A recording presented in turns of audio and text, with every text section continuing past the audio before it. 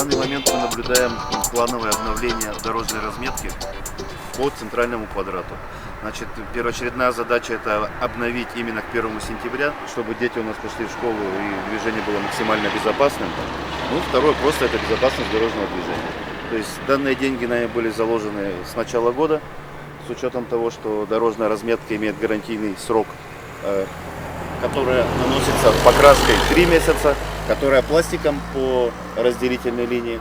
Она у нас имеет срок гарантийный 1 год, то есть ее мы не обновляем пластиковую, только та, которая наносится методом покраски. Примерно еще неделю активно будет у нас наноситься по центральному квадрату. Потом перейдем уже на второстепенные улицы города Ижевска. На обновление первое письмо заказ мы дали в апреле месяце. В апреле месяце были выполнены работы.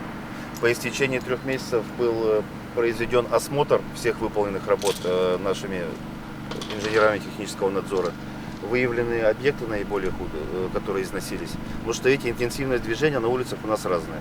То есть взять, допустим, ту же Пушкинскую и где-то там, с краю там Ижевска, да? Интенсивность, понятно, там 1 раз всего лишь будет за год нанесена, а здесь и 2 раз бывает не хватает. То есть машинами все стирают.